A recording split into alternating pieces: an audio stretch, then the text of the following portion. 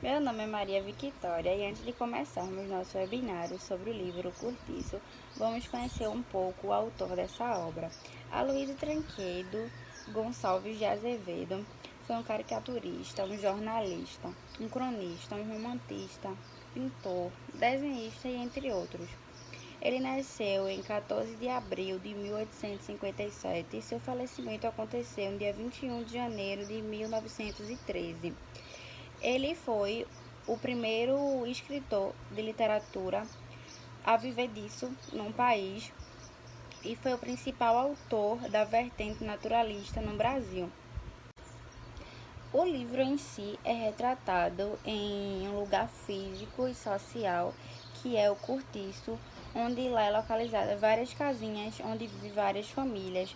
O Cortiço em si é um local fechado com vários cômodos que é pequeno, mas consegue acomodar algumas das famílias que trabalham para o João Romão, que é o protagonista do livro. Bom, além dessas casinhas, ao redor dele se encontra vendinhas, que é onde as pessoas que lá moram costumam fazer suas compras diárias ou suas compras semanais. Por trás do cortiço existe a pedreira, que é onde os homens que moram naquele local, a maioria trabalham.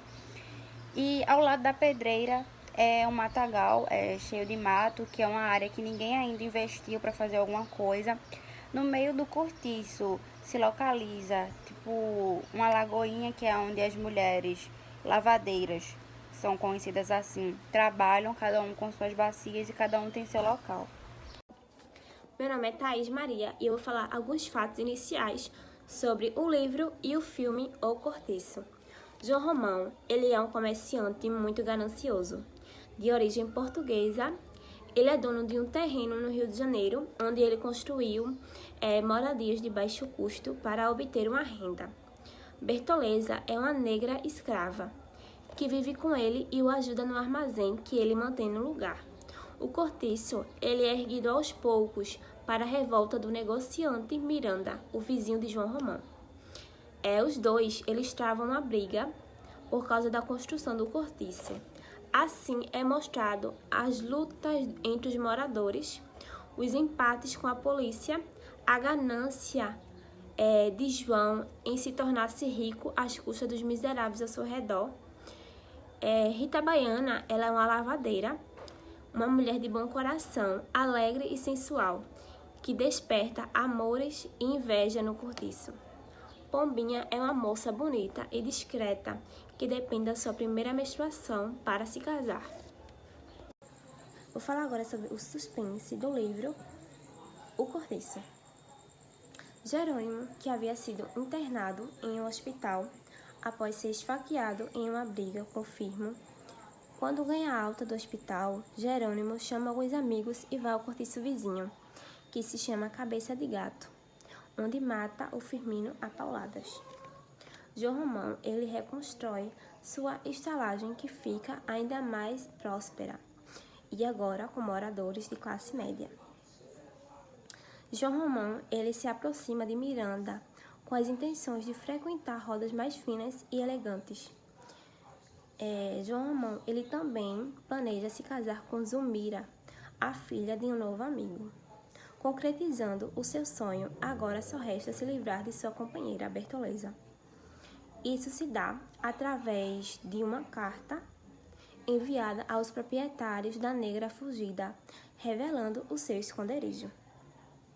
Bertoleza, percebendo a traição de João Romão, se suicida com a mesma faca de limpar peixe que usou a vida inteira para preparar as mesmas comidas do seu armazém, que trabalhava com João Romão, deixando assim o caminho livre para o casamento do Romão.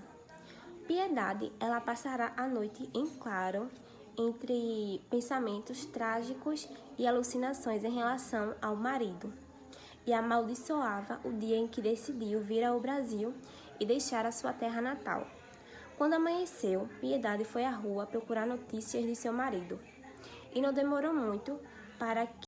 Olá, eu sou Matheus de Lima e eu vou falar um pouco sobre as complicações e também sobre os conflitos que aconteceram no livro o Cortiço, de Aloysio Azevedo. Bom, começando com a letra C, que é do número 3.1, que é justamente as complicações. Eu vou citar aqui duas complicações, e começando com uma que eu percebi, que é a partir da página 98, é a descoberta da gravidez da Florinda, que era uma menina virgem até então, uma menina de 15 anos, sendo que a mãe dela viu ela vomitando, tendo alguns passamentos de mulher grávida, e chamou a bruxa, que era uma lavadeira, que levava esse nome por ser também curandeira, rezadeira, para poder analisar se a filha dela estava grávida. A bruxa chegando lá, colocando a mão na barriga dela, levantando a roupa, colocando a mão na barriga dela, percebeu que ela estava grávida e falou que ela estava de barriga, que era a forma que falavam na época. E aí a Marciana começou a bater na Florinda, perguntando quem era o pai, e a Florinda não queria dizer. Então, depois de bater muito na Florinda, a Florinda finalmente cedeu e disse que o pai era o Domingos, o caixeiro da venda do João Romão. E aí a Marciana foi falar com o João Romão para poder garantir que ela não ia alimentar sozinha mais uma boca, que era a maior preocupação dela no momento, né? E aí o João Romão garantiu que ou o Domingos casaria com a Florinda, ou o Domingos daria o dote dele para Florinda. Sendo que quando ele chegou para conversar com o Domingos no estabelecimento, ele meio que, não sei se aconselhou, praticamente obrigou o Domingos a fugir, e o Domingos chegou até a cobrar um dinheiro que o João Romão devia para ele, sendo que o João Romão disse que não iria pagar, porque esse dinheiro não dava nem metade do que o João Romão iria dar de dote, iria ter que dar de dote para Florinda. E aí o João Romão deixou o Domingos ficar lá dentro do estabelecimento até dar de noite, e aí ele fugiu. Bom, outra complicação que eu também percebi foi a invasão do Cortiço, que aconteceu logo após o Jerônimo matar o Firmo, como vingança do Firmo ter perfurado ele com a faca. Bom, depois de ele matar o Firmo, ele foi no Cortiço atrás da Rita Baiana, e a Rita Baiana saiu com ele, fugiu com ele. Só que logo depois a Rita Baiana voltou lá pro Cortiço, e a Piedade viu. E a Piedade já sabia que ele tinha fugido com ela, né? Porque, obviamente, ela percebeu que o marido dela fugiu. E aí ela percebeu que a Rita Baiana tinha fugido com ele, e ela começou a agredir a Rita Baiana verbalmente e logo em seguida fisicamente. E aí o Cortiço praticamente se dividiu entre os brasileiros defendendo a Rita Baiana e os portugueses defendendo a Piedade. E aí isso foi justamente a partir da página 174, que eu esqueci de citar, tô citando agora. Isso foi a partir da página 174.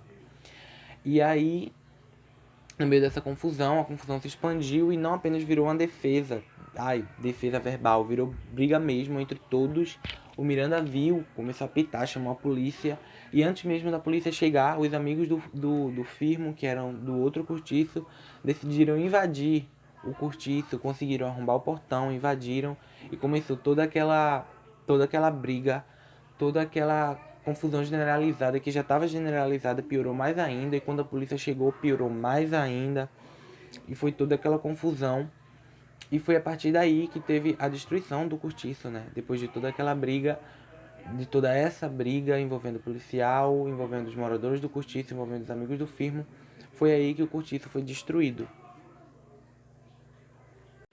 E agora falando sobre alguns conflitos, que é justamente a letra D do número 3.1.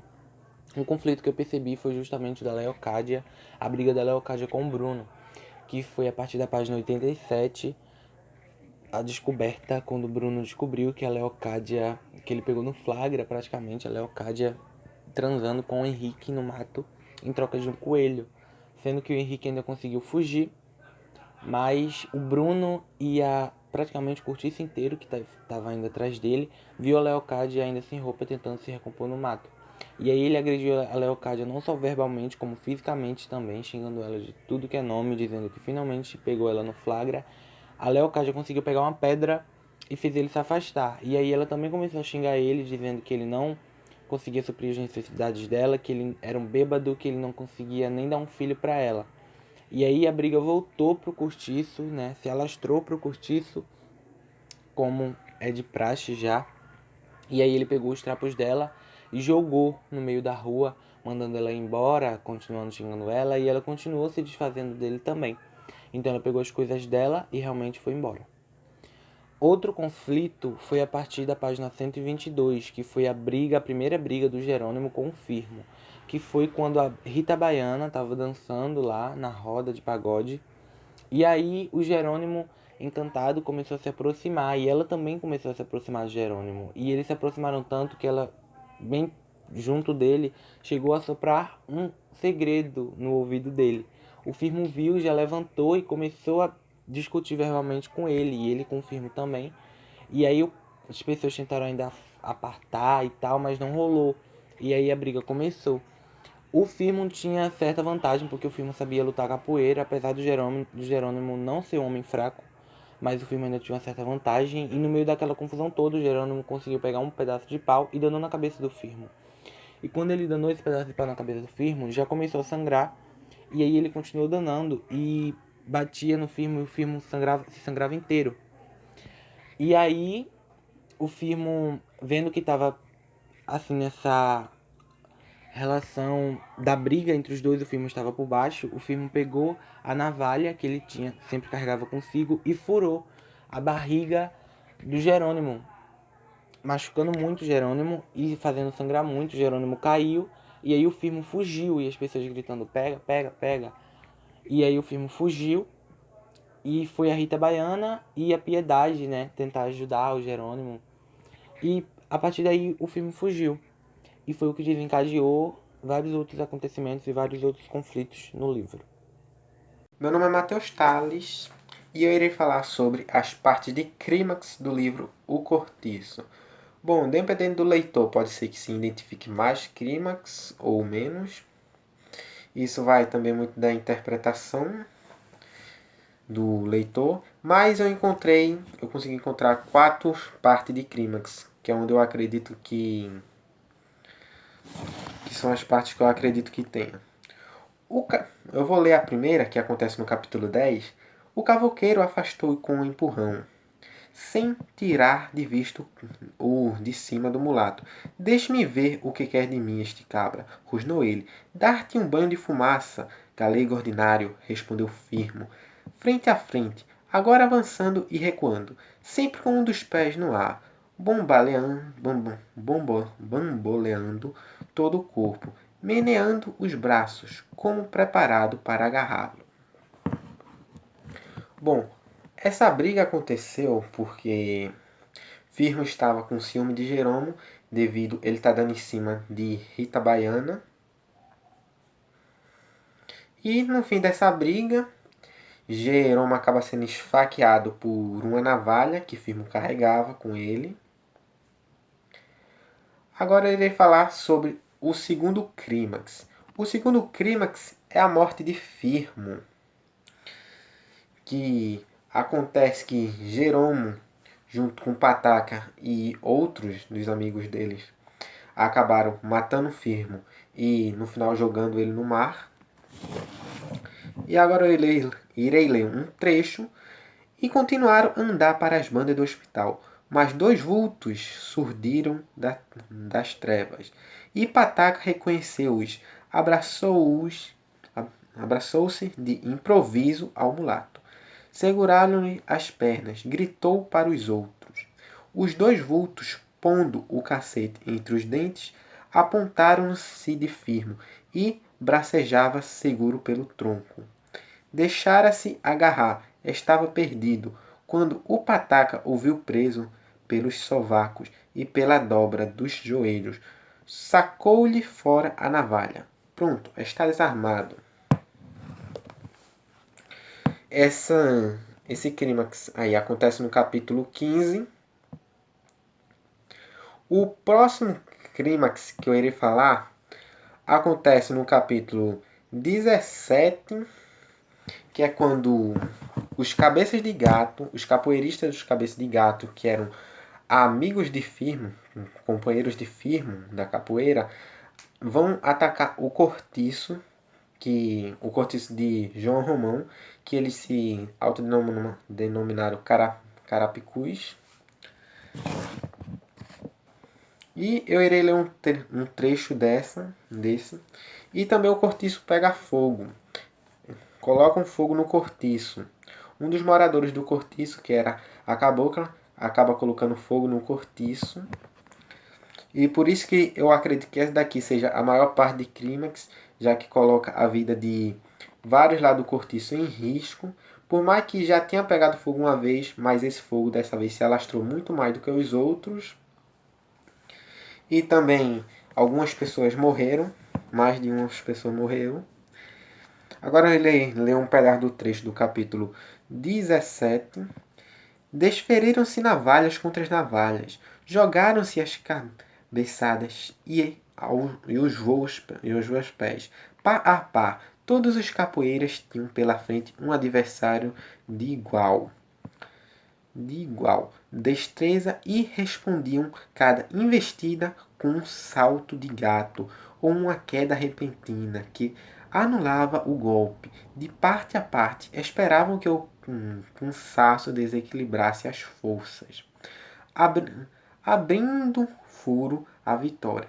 Mas um fato veio neutralizar. Indo uma vez a campanha, imenso rebentão de fogo esgargalhava-se de uma das casas do fundo, o número 88, e agora o incêndio era a valer. O último clímax que eu irei falar é o clímax da morte de Betoleza. Vendo que eu irei ler uma parte do trecho. Os policiais, vendo que ela se não despachava, desembainharam os sabres. Betoleza, então, erguendo-se com ímpeto e anta bravia, recuou de um salto, antes que alguém conseguisse alcançá-la. Já de um só golpe certeiro, o fundo rasgava o ventre, de lado a lado. Esse daqui é o finalzinho do capítulo 23, que é o último capítulo do livro. Que a gente pode ver que a morte de Betoleza, né? Já que rasgou o ventre de lado a lado, então podemos com isso assumir que ela morreu. E esses foram os capítulos que eu encontrei, os clímax que eu consegui encontrar. Olá, eu irei falar sobre os desfechos que tiveram no O Cortiço. O Cortiço tiveram vários tipos de desfechos, já que é uma história que conta outras histórias de várias pessoas junto. Mas o primeiro desfecho que eu irei citar é o do próprio cortiço, da própria estalagem que teve. No capítulo 19, a estalagem começa a ser reconstruída, logo depois daquele clímax que aconteceu no fogo. Ela foi toda queimada, toda destruída. Ela foi reconstruída com um dinheiro de Libório, né? Que João Romão roubou de Libório. E no capítulo 20, ela já se torna uma avenida. Já se torna algo muito maior, de um porte muito maior. O segundo desfecho aqui que eu irei falar é o fim da história de Jerônimo com Rita, o fim da fuga, né? Bom, isso acontece no capítulo 19 também. E é mostrado que ele se tornou mais abrasileirado. Ele trocou a guitarra pelo violão baiano. Ele se tornou um pouco mais preguiçoso, já que ele parou até de pagar os estudos da sua filha. E o último desfecho, o próximo desfecho que eu irei citar é o desfecho de Betoleza. Betoleza com João Romão, na verdade. Logo após a morte dela,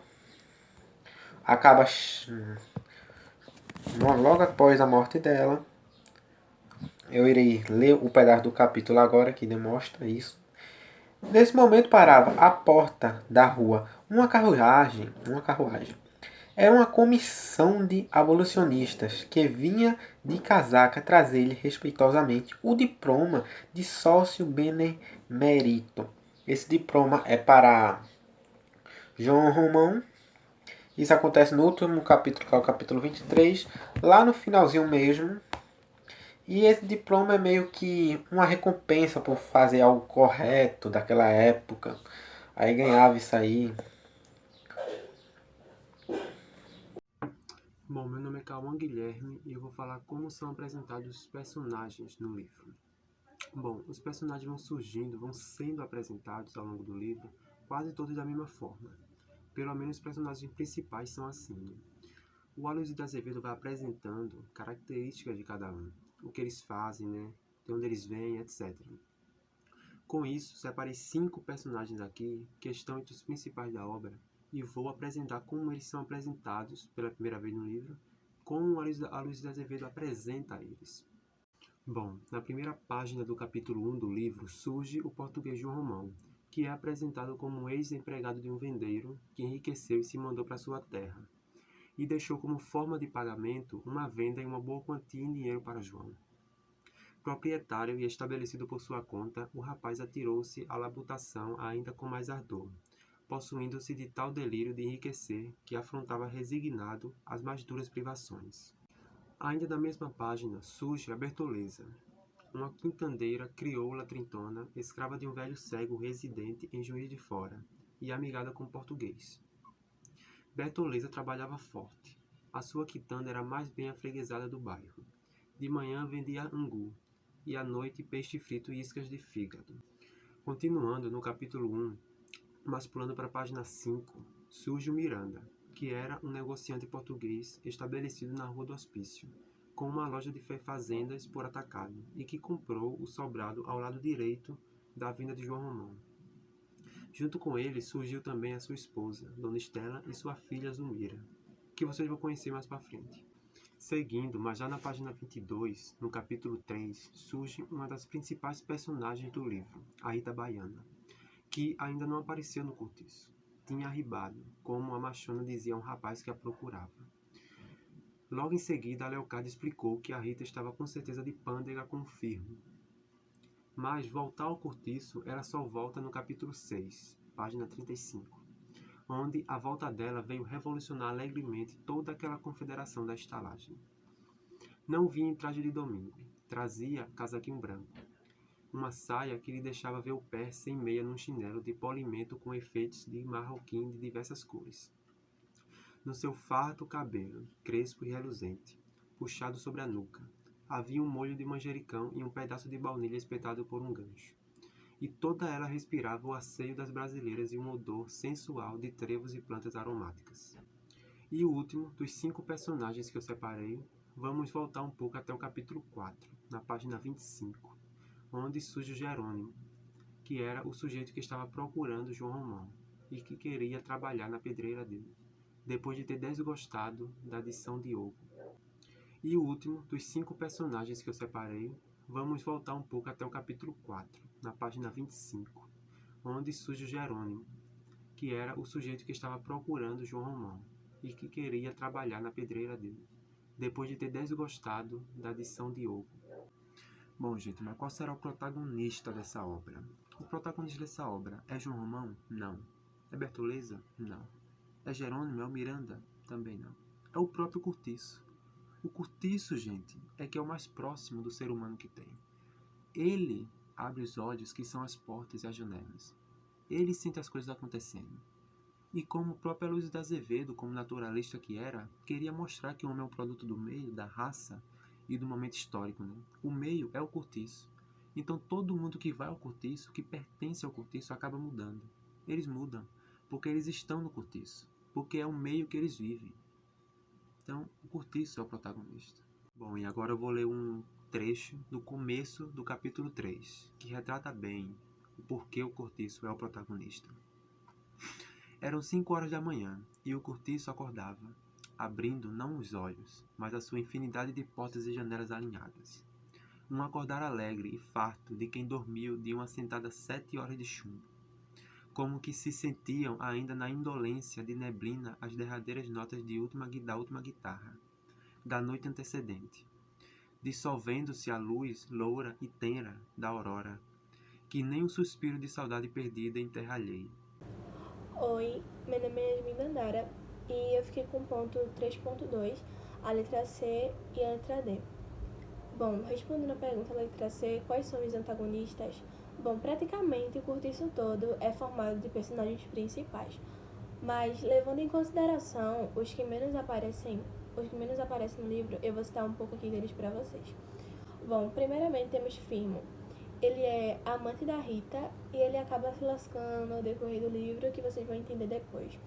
Tem também Piedade, que é a pobre mulher de Jerônimo, que acaba dando tudo de si pro relacionamento, pro casamento deles, mas termina agarrada com a cachaça e levando uma vida de miséria.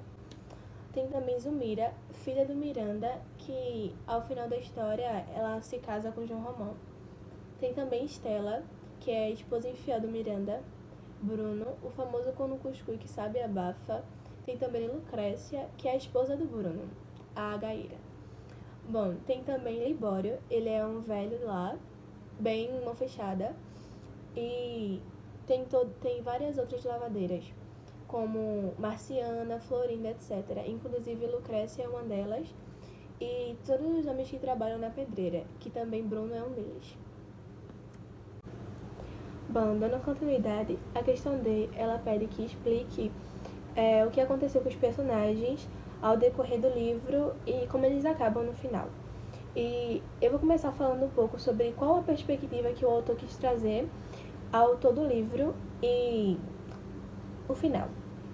Bom, ao decorrer de todo o livro, fica claro a mudança dos personagens. O autor, Aloysio Azevedo, como escritor naturalista, teve a intenção de mostrar que nem tudo acaba bem. Trouxe à obra literária argumentos que provam que o meio, a raça e a história determinam sim o futuro. Bom, respondendo à pergunta, sim, os personagens mostram mudanças, tal como Jerônimo. Ao se apresentar, era um homem tranquilo, triste e que sentia a falta de sua terra natal.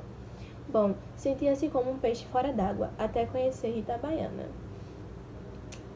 Mudou seus costumes, o seu estilo e passou por uma metamorfose.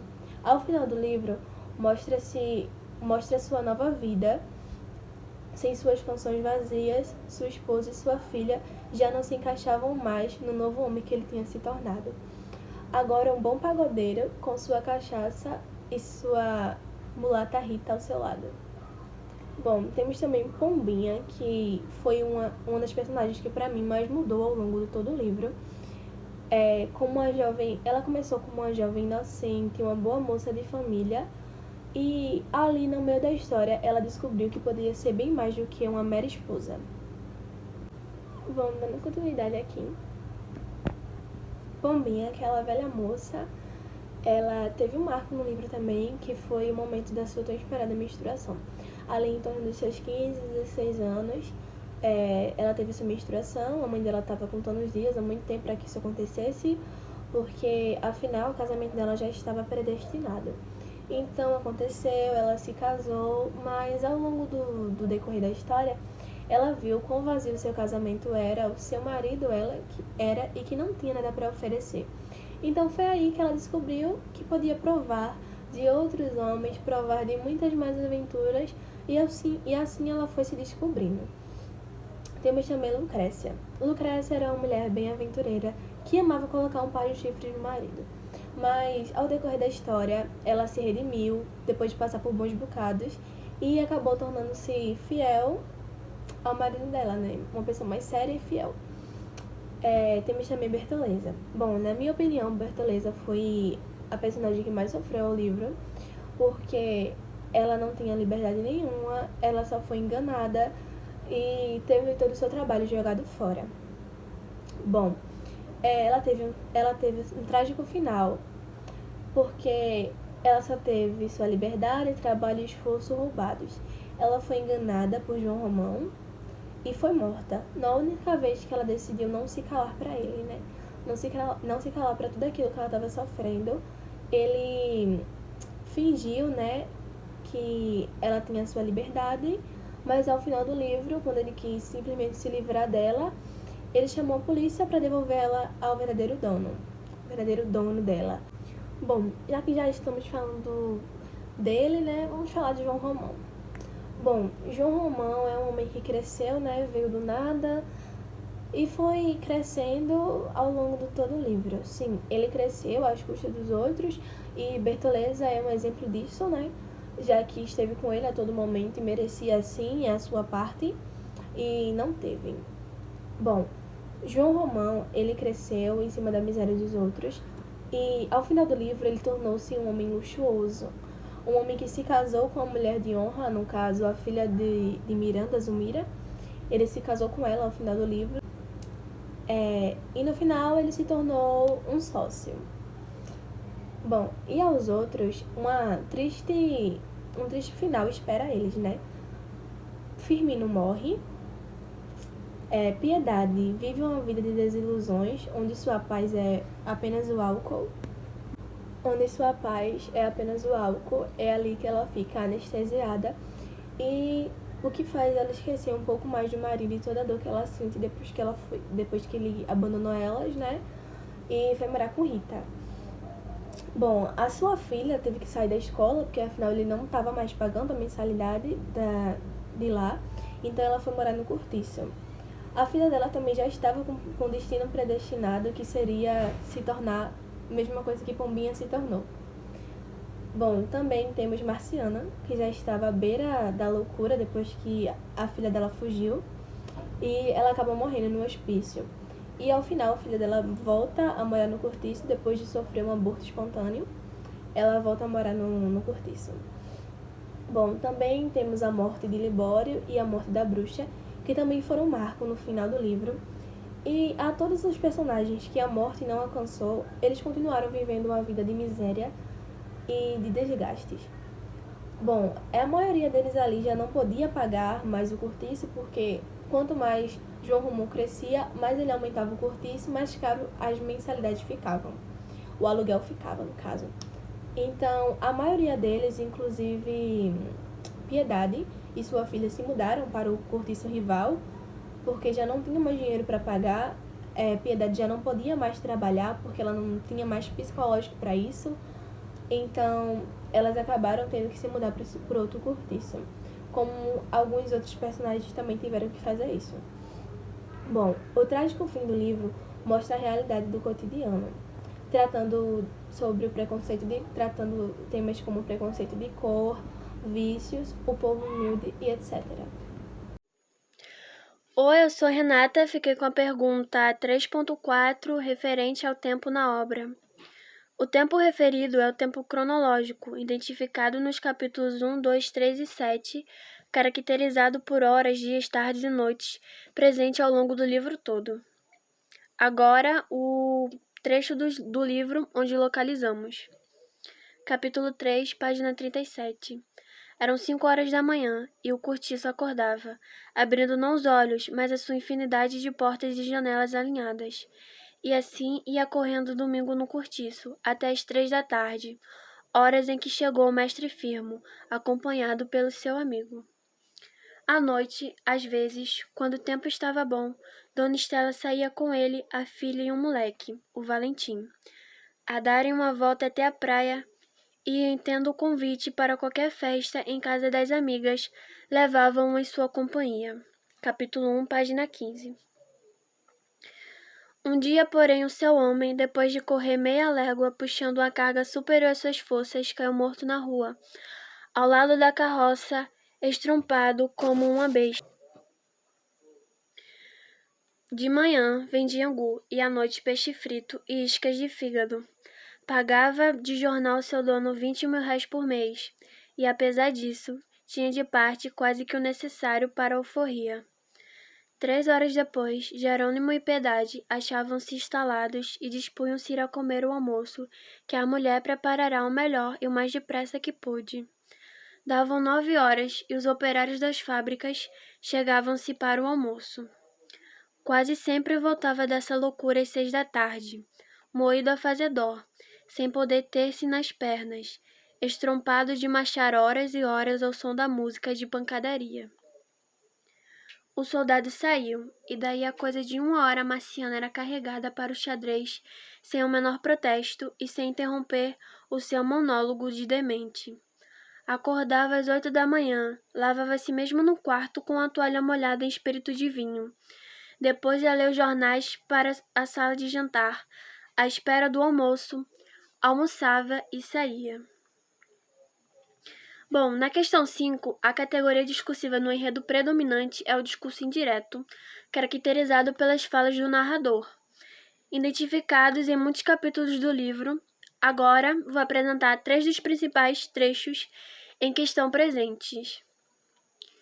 Sentia-se naquela fermentação sanguínea, naquela gula viçosa de plantas rasteiras, o prazer animal de existir.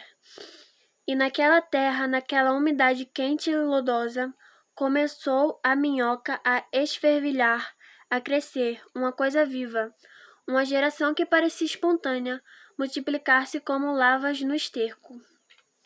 Não obstante, ao lado dele, a crioula roncava, de papo para o ar, gorda, estrompada de serviço, tresandando a uma mistura de suor com cebola crua e gordura podre. Mas João Romão nem dava por ela, só o que ele via e sentia era todo aquele voluptuoso mundo inacessível vir descendo para a terra, chegando para o seu alcance, lentamente, acentuando-se. Feliz e esperto era João Romão, esse sim, para esse que havia de ser a vida, filho da mãe, que estava hoje tão livre e desembaraçado, como no dia que chegou na terra. Esse sim, que era moço e podia ainda gozar muito, porque quando mesmo viesse a casar e a mulher lhe saísse uma outra estela, era só mandá-la para o diabo com um pontapé. Podia fazê-lo para esse que é o Brasil. Ela era a luz ardente do meio-dia, ela era o calor vermelho das cestas da fazenda. Era o aroma quente dos trevos e das baunilhas, que o atordoara nas matas brasileiras. Era a palmeira virginal e esquiva, que não se torce a nenhuma outra planta. Era o veneno e era o açúcar gostoso. Era o saputi mais doce que o mel e era a castanha do caju, que abre feridas com seu azeite de fogo.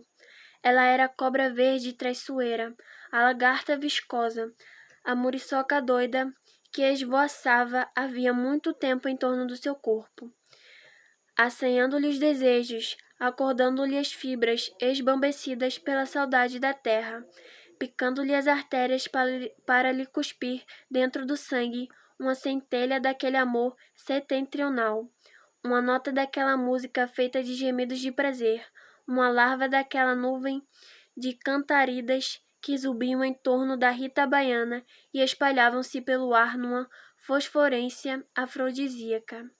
Isto era o que Jerônimo sentia, mas o que o tanto não podia conceber.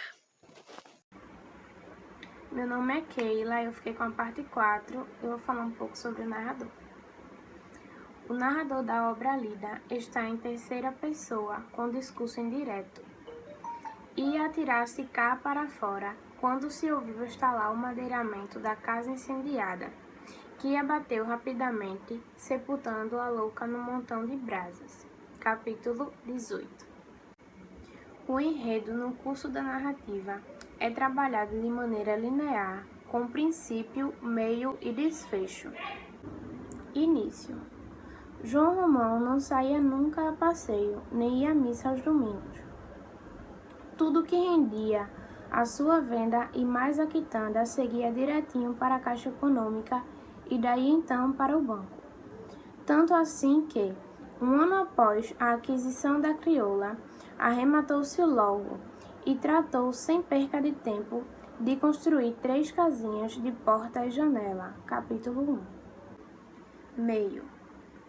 Durante 2 anos, o cortiço prosperou de dia para dia, ganhando forças e socando-se de gente. E do lado, o Miranda assustava-se, inquieto com aquela exuberância brutal de vida, aterrado de fronte daquela floresta implacável que lhe crescia junto à casa, por debaixo das janelas, cujas raízes piores e mais grossas do que serpentes minavam por toda parte. Capítulo 2. Desfecho. O cabeça de gato estava vencido finalmente, vencido para sempre. Já ninguém se animava a comparar as 2 estalagens. À medida que João Romão prosperava daquele modo, a outra decaía de todo. Raro era o dia em que a polícia não entrava lá e baldeava tudo aquilo à espadeira de cego. Capítulo 20. Bom dia, boa tarde, boa noite. Meu nome é Leodoro Ferreira de Oliveira e hoje eu vou apresentar as minhas partes do trabalho do webinário de português, né? E nessa parte do trabalho eu vou falar sobre as figuras de linguagem. Quais foram as figuras de linguagem encontradas no texto e que eu vou tratar sobre elas nesse trabalho? São o disfemismo, a gradação, a metáfora, a antítese, a sinestesia, o eufemismo, a zeugma, o polissíndeto, a comparação, a hipérbole, o paradoxo, o hipérbato, a metonímia, a prosopopeia, a sinédoque, a catacrese, o pleonasmo, a antonomásia, o assíndeto e o apóstrofo. Logo no capítulo 1, na página 6, na parte que diz assim: um dia, porém, o seu homem, depois de correr meia légua, puxando uma carga superior às suas forças, caiu morto na rua ao lado da carroça, estrompado como uma besta. Então, esse caiu morto na rua é um disfemismo, que é quando a gente percebe que o autor não tem uma intenção de tratar sobre aquele assunto de uma forma mais grotesca, sem aliviar essa parte.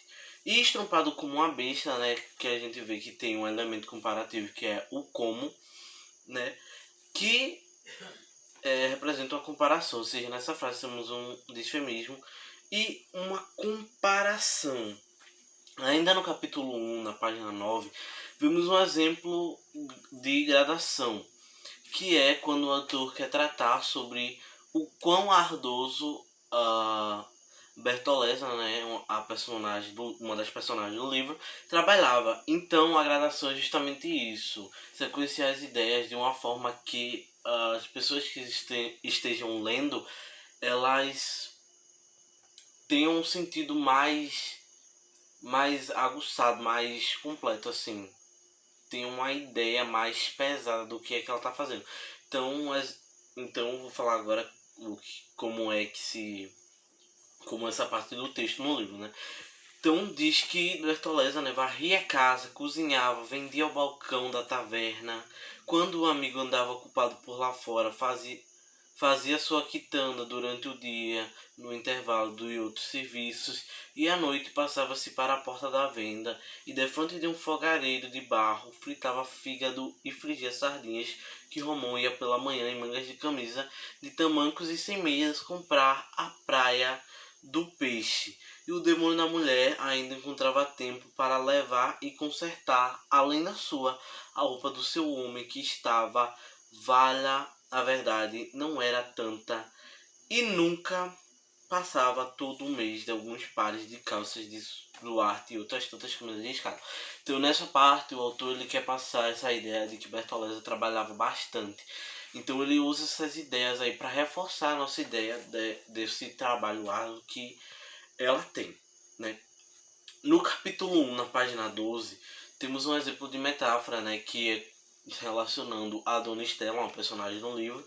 Então mudar-se-ia para lá, nessa parte do livro que diz assim: mudar-se-ia para lá com a família, pois que a mulher, Dona Estela, senhora pretensiosa e com fumaças de nobreza. Então isso é uma metáfora, é a gente entender que essa fumaça de nobreza não é algo que deva se ler no sentido denotativo, que é o sentido do dicionário, mas sim no sentido conotativo, né? Porque fumaça, se fosse no denotativo, seria aquilo, né, sai no fogo e tal.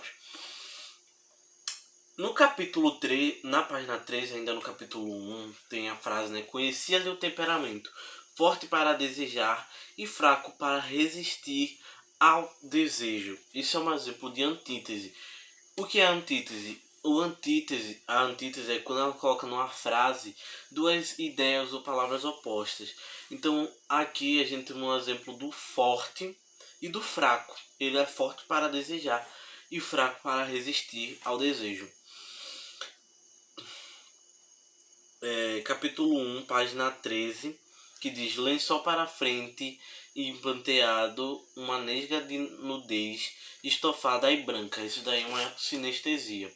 Porque a sinestesia é uma figura de linguagem que ela quer relatar aos leitores diferentes sensações. Então a gente tem aqui a sensação de estofada e tem a de branca. Ou seja, estofada é mais uma coisa pro tato, né? E branca é uma coisa mais... uma cor, né? É relacionada à visão. Na página 18, também no capítulo 1, que diz: em compensação, não caía no quintal do Miranda galinha ou frango, fugido do cercado do vendeiro, que não levasse imediato sumiço. Isso é um exemplo de eufemismo. O autor, né, ele não fala que João Romão ele rouba, ele deixa assim, ele meio que dá uma suavizada a esse fato aí dos roubos das galinhas. Tem na página 19, né, do capítulo 1 ainda, que diz: aquilo já não era ambição, era uma moléstia nervosa, uma loucura, um desespero de acumular, né?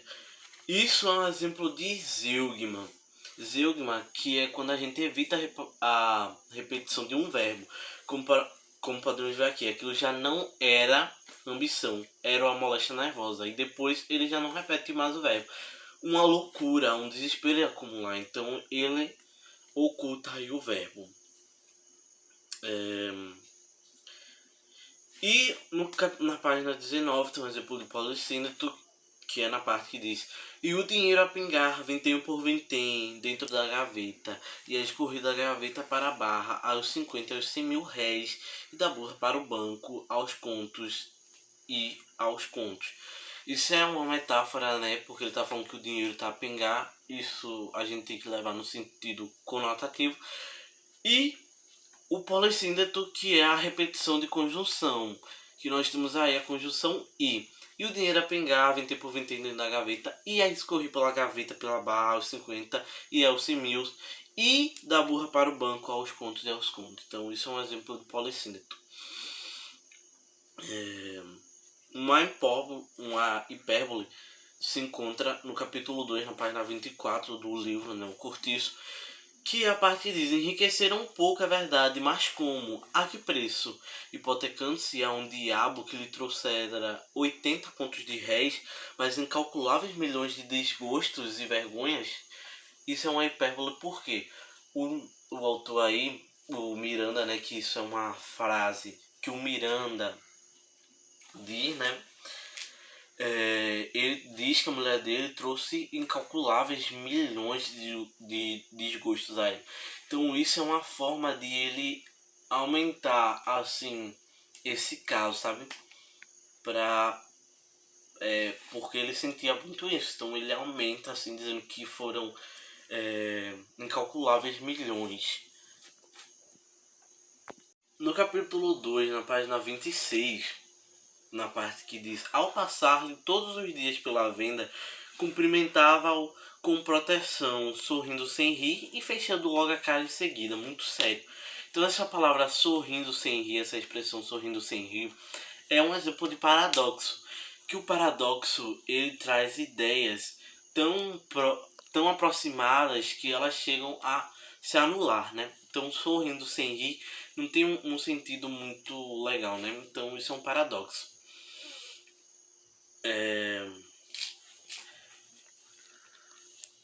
A prosopopeia, né, tem um exemplo de prosopopeia no capítulo 7, na página 89, que diz: à luz desse sol orgulhoso e selvagem, e lhe cantou no ouvido o estríbulo da primeira cigarra, e lhe acidulou a garganta o suco da primeira fruta provada nessas terras de brasa.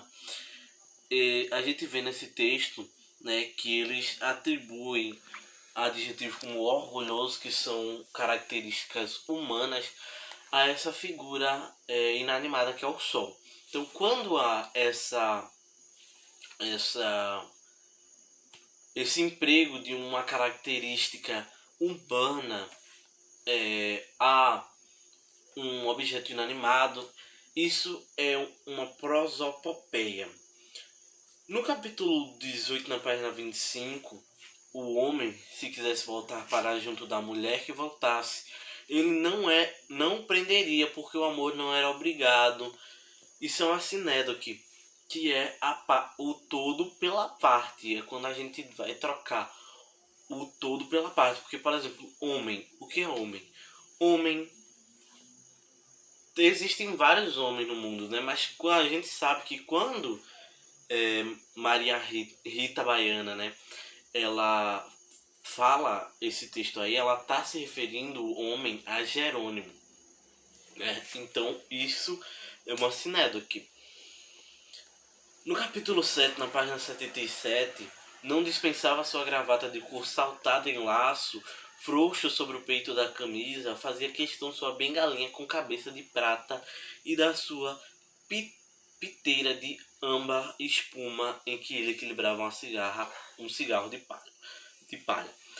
Então, nesse exemplo, a gente vê uma catacrese quando ele cita a cabeça de prata da bengala, né? Porque não existe essa palavra para se referir àquela parte da bengala. Então ele meio que compara, meio que assimila a cabeça. Então isso é chamado de catacrese.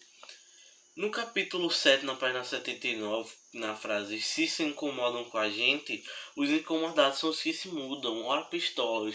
Isso é um exemplo de pleonasmo, pois há uma repetição. Uma repetição dispensável, né, que não obriga uma repetição meio que sem precisão, sabe? Pois ele poderia falar assim: se incomodam com a gente, que se mudem, né? Mas ele fala: se incomodam com a gente, e os incomodados são os que se mudem. No capítulo 3, na página 49, que diz: e o pobre diabo jurou então, entre lágrimas e soluços, que nunca mais se encobriria de receber os róis. Isso é um exemplo de antonomasia, porque a gente vê que o autor aí substitui o personagem por duas características dele. Então, quando acontece isso, é uma antonomasia. E também no capítulo 6, na página 71, que diz: olha a feiticeira, bradou esta última, batendo no ombro da idiota. Essa parte da feiticeira aí é uma metonímia, pois eles trazem eles trocam o nome dela por uma das características dela, que ela era ela fazia simpatias, esses negócios e tal, né? E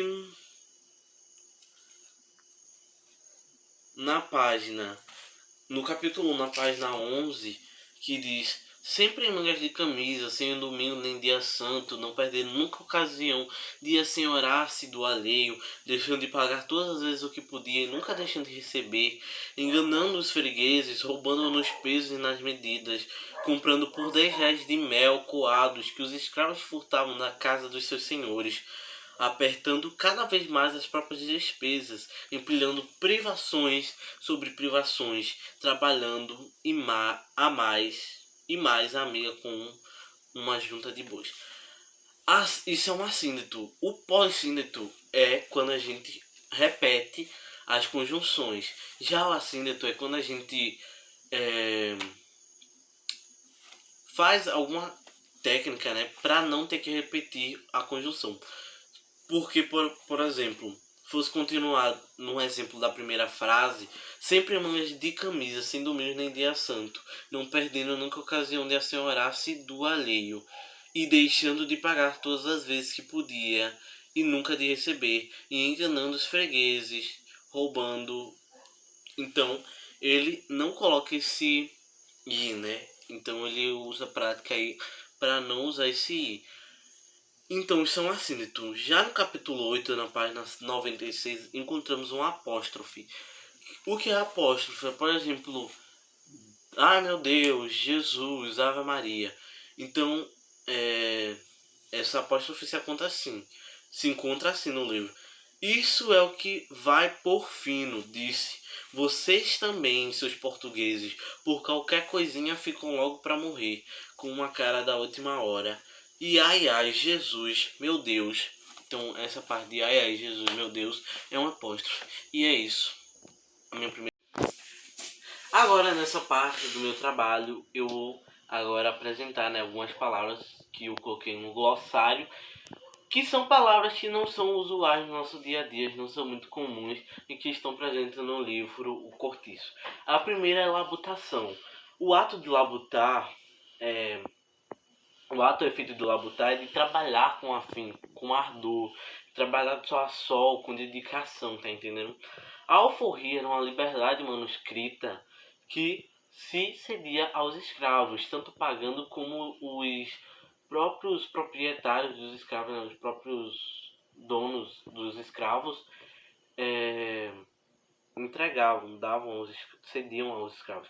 Légua é uma medida de distância que era adotada assim antes da adoção do sistema métrico, que é, né, metro, cujo valor varia de acordo com época, país ou região. No Brasil, a légua vale aproximadamente 6.600 metros. A braça é uma média equivalente à extensão que vai do punho ao outro, ou da extremidade de uma mão aberta à outra. Num adulto com os braços estendidos horizontalmente para os lados, em Portugal e no Brasil, essa medida equivale a 2,2 metros de comprimento. A alcateia, no sentido de ficar de alcateia, é ficar de vigia, ficar de espreita. A burla é um artifício usado para enganar, para ludibriar, para praticar uma fraude. O caibro é uma peça de madeira que forma a armação para o assentamento das tábuas de um assoalho, de um forno. A casa de pasta era um estabelecimento onde eram servidos almoços, as jantas ou refeições. Era como se fosse um restaurante. Esse adjetivo pandengo significa alegre, engraçado, é um indivíduo farrista. O perjuro é aquele que perjura, que falta com o seu juramento, que descumpre o seu juramento. O reverbério é uma intensa luminosidade, uma intensa claridade. Ter para as peras é ter motivos de grandes sofrimentos ou preocupações por muito tempo. É uma referência ao instrumento de tortura denominado pera. O zuarte é um tecido de algodão, por vezes mesclado, incorporado e tosco, ordinariamente azul ou preto. O baronato é um título ou dignidade de barão, baronia, baronagem. O capilé é um xarope feito com suco de avenco capilária, água adoçada com esse xarope ou com outro qualquer, ou uma bebida alcoólica feita de polpa, suco de fruta e aguardente. Condescendente é complacente, transigente, tolerável, flexível. Entrompado é tornado inútil em função do gasto, deteriorado, sem força física, extenuado, cansado, fadigado. O fartum é um cheiro intolerável de ranço, um cheiro nauseabundo. A imprecaução é uma praga, uma maldição. Imprecação é uma praga, uma maldição, um pedido de favor ou graça, um rogo, uma súplica. A ladinagem significa vivacidade, inteligência, manha, astúcia. O ludibrio é o ato ou efeito de ludibriar, de enganar, ardil em forma de zombaria. E a preguiçosa, que apesar de ser preguiçosa parece um adjetivo, mas não é. No livro fala, né, que as pessoas sentavam na preguiçosa, e a preguiçosa é uma espreguiçadeira. Agora eu vou falar sobre as figuras de linguagem presentes no livro O Cortiço. A primeira que eu achei aqui foi a função referencial, que se encontra no capítulo 6, na página 68. Que diz: um acontecimento, porém, veio revolucionar alegremente toda aquela confederação da estalagem. foi a chegada de Rita Baiana, que voltava depois de uma ausência de meses, durante a qual só dera notícias suas nas ocasiões de pagar o aluguel do cômodo. Então, a função referencial né? As características da função referencial é uma linguagem direta, uma linguagem sem muita enrolação. Então essa parte aí meio que parece até uma notícia. Então é uma função referencial. No capítulo 5, na página 59, eu encontrei uma função poética que diz: a mulher chamava-se Piedade de Jesus, teria 30 anos, boa estatura, carne ampla e rija, cabelos fortes de um castanho fulvo, dentes pouco alvos, mas sólidos e perfeitos, cara cheia, fisionomia aberta, um todo de boemia toleirona, desabotoando-lhe pelos olhos e pela boca numa simpatia e expressão de honestidade simples e natural. Então a função poética tem toda essa característica de escolhas de palavras, de uma romantização assim. Então por isso eu coloquei como função poética.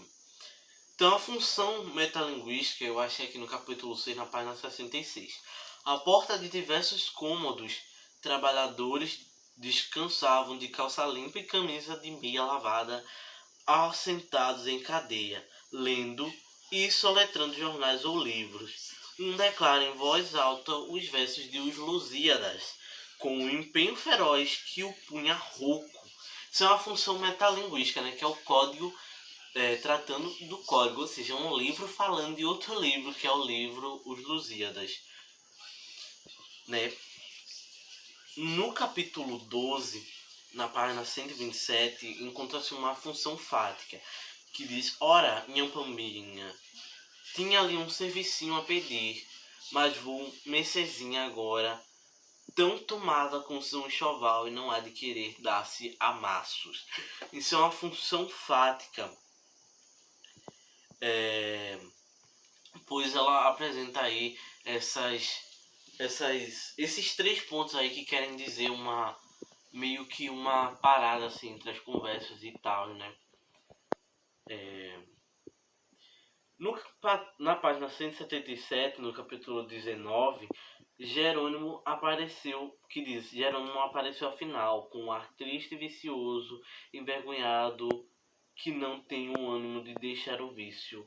A mulher, ao vê-lo, perdeu logo fica a energia que chegara, e comoveu-se tanto que as lágrimas lhe saltaram dos olhos as primeiras palavras que lhes dirigiu. Na página 177 do capítulo 19, Jerônimo apareceu afinal, com ar triste vicioso, envergonhado, que não tem o ânimo de deixar o vício. A mulher, ao vê-lo, perdeu logo a energia que chegara e comoveu-se tanto que as lágrimas lhe saltaram dos olhos as primeiras palavras que lhe dirigiu. Isso é uma função emotiva, porque a função emotiva justamente passa essa questão de emoções, que passa para o leitor as emoções que estavam presentes, né, na hora desses acontecimentos assim. E a função conotativa é uma função assim que tem um objetivo. A função conativa, ela é uma função que tem principal objetivo o leitor, né? E como um polícia toca encharcado de chuva em traste para beber um gole de Paraty, João Romão voltou-se para ele e ele disse: camarada, esta mulher é gira, não tem domicílio, e eu não hei de fechar a porta, disse com ela aqui dentro da venda. Dobrados à moda de bilhetes de rifa, receoso, porém, de que a crioula não estivesse bem adormecida, desse pela coisa. João Romão resolveu adiar para mais tarde a contagem do dinheiro e guardou o tesouro em outro lugar mais seguro. Oração coordenada sindética adversativa.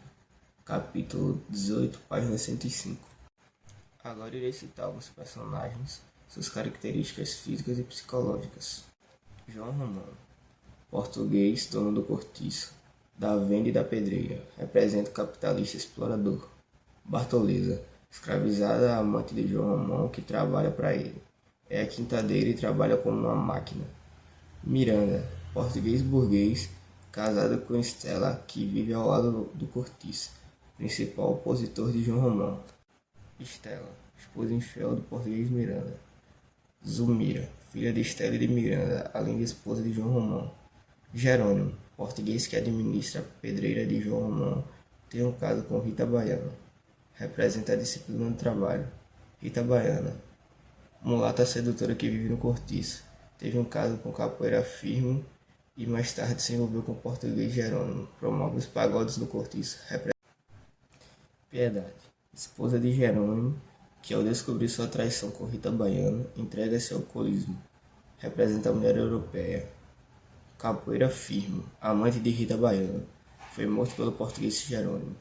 Pombinha, moça bonita, discreta e educada que se prostitui por influência da prostituta Leone. Libório, habitante miserável e solitário do Cortiço, vivia como mendigo. E por último, Raia Miúda, representada por lavadeiras, caixeiros, trabalhadores da pedreira e pelo policial Alexandre.